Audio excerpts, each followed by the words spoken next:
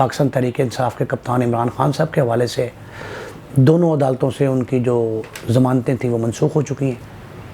اور ہر لمحے یہ خبر سوشل میڈیا پہ دیکھنے کو ملتی ہے کہ عمران خان اب گرفتار ہوئے، کسی لمحے بھی ان کو پکڑا جا سکتا ہے۔ اور حفاظتی ضمانت 15 روز کے لیے انہوں نے جسٹس علی باقر نجفی صاحب کی عدالت میں دی تھی، اور اس میں مخالف وکیل جو تھے ان کا یہ موقف تھا۔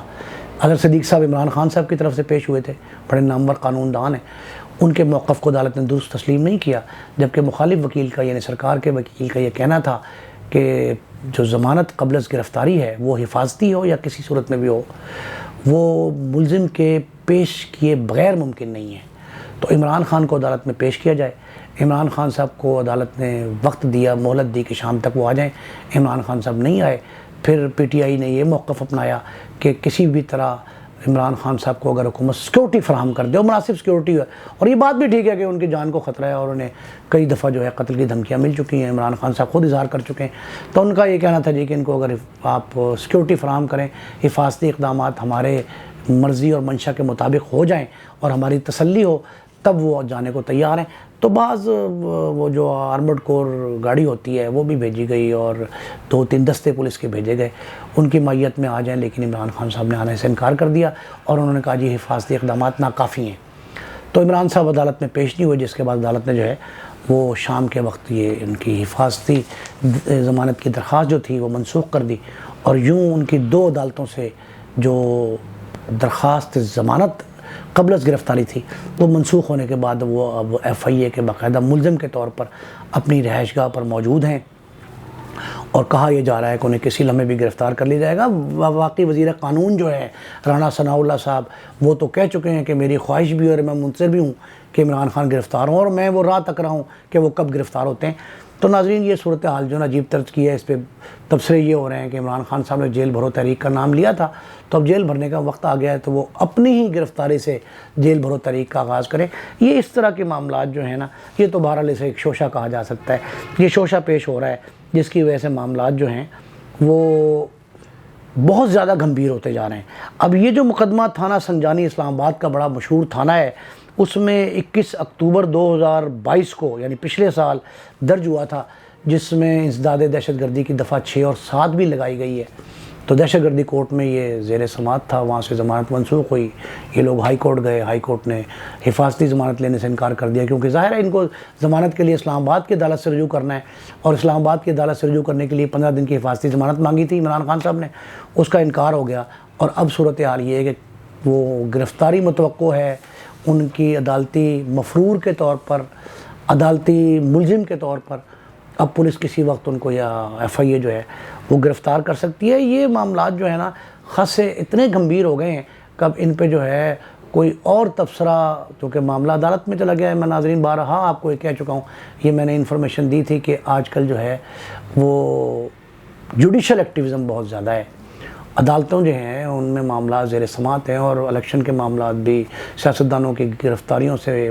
ضمانتوں سے متعلق امور جو ہیں وہ سارے کے سارے عدلیہ میں پہنچ چکے ہیں، اور عدالتی فیصلوں کی طرف ہی عوام کی نظر مرکوز ہیں۔ لیکن اس دوران جو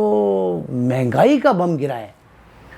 یہ سیاست کے درمیان میں جو مہنگائی کا ایشو آیا ہے، اس نے عوام کو زیادہ پریشان کیا ہے، ان کی مایوسیوں میں زیادہ اضافہ ہوا ہے، بے یقینی پن جو ہے بڑھ گیا ہے۔ اس کی ریزن جو ہے یہ منی بجٹ جو پیش ہوا ہے سینٹ اور قومی اسمبلی میں، اس نے بہت ہلایا ہے۔ اب عجیب سی صورتحال ہے کہ 25 جو جی ایس ٹی لگژری اشیاء پر جو جی ایس ٹی تھا وہ 17 سے بڑھا کر 18% کر دیا گیا ہے۔ یہ بظاہر تو بہت معمولی سا لگتا ہے، لیکن اس کا فرق بہت جو گہرا ہے، اور یہ گہرے فرق سے یہ ٹھیک ہے کہ جو پرتعیش اشیاء ہیں ان پہ زیادہ ٹیکسز لگائے گئے ہیں، لیکن الٹیمیٹ اثر جو ہے نا عام کنزیومر آئٹمز پہ پڑتا ہے، اور وہ اشیاء صرف کون سی ہیں؟ دال، چاول،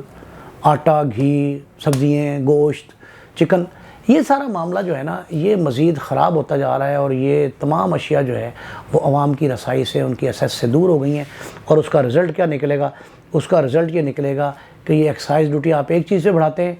تو پٹرولیم کی قیمت بڑھتی ہے، پٹرول کی قیمت 22 روپے سے زائد جو ہے پر لیٹر بڑھائی گئی ہے، تو اس کے بڑھنے کا مطلب یہ، پٹرولیم مصنوعات بڑھنے کا مقصد اور مطلب یہ ہوتا ہے کہ اب باقی چیزیں جو ہیں وہ مارکیٹ سے ناپید ہو جاتی ہیں۔ شادی ہالز پہ آپ نے ٹیکس لگایا ہے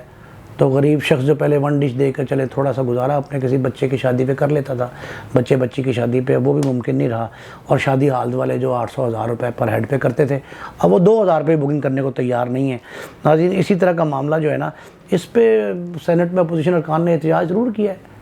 لیکن ہم لوگ من حیث القوم اتنے بے حس ہیں کہ ہم کسی طور بھی کسی بھی بڑا بم ہم پہ گرایا جاتا ہے ہم اس پہ بولتے نہیں ہیں، اور یہ کمزور ترین ایمان کی نشانی ہے کہ آپ ظلم اور زیادتی کے خلاف کھڑے ہونے کی بجائے خاموشی اختیار کر لیں۔ خاموشی کا مطلب یہ ہے کہ ہم اس ظلم اور زیادتی کے سہولت کار بن گئے ہیں۔ اس وقت اگر عوام جو ہے وہ صرف سمپل آپ سوشل میڈیا پہ احتجاج ریکارڈ کروا دیں، اپنی آواز ایوان بالا تک، حکام بالا تک ضرور پہنچائیں۔ ٹھیک ہے IMF کی شرائط اپنی جگہ پر ہیں، بیل آؤٹ پیکیج وہ دے دے گا، ہم اس کرائسس سے نکل جائیں گے، لیکن اس وقت تک جب تک بیل آؤٹ پیکیج نہیں آتا، اربوں کی ڈالر کی امداد کے جو ہم منتظر ہیں وہ ہمیں نہیں ملتی، تو اس دوران ہم کیا کریں گے؟ کیا بھوکے مر جائیں؟ اب جو ویڈیو وائرل ہو رہی ہیں، کسی کا بچہ بیمار ہے، کسی کی ماں بوڑھی جو ہے بستر مرگ پہ پڑی ہے، کسی کا باغ ہاسپٹلائز ہے، ان لوگوں کا کیا بنے گا؟ اس طرف غور کرنے کی ضرورت ہے۔ اور شہباز شریف صاحب وزیر اعظم پاکستان بڑے محترم ہیں ہمارے لیے، ان کو لوگ ان کا وہ جملہ یاد کروا رہے ہیں کہ جو انہوں نے کہا تھا کہ میں اپنے کپڑے بیچ کر جو ہے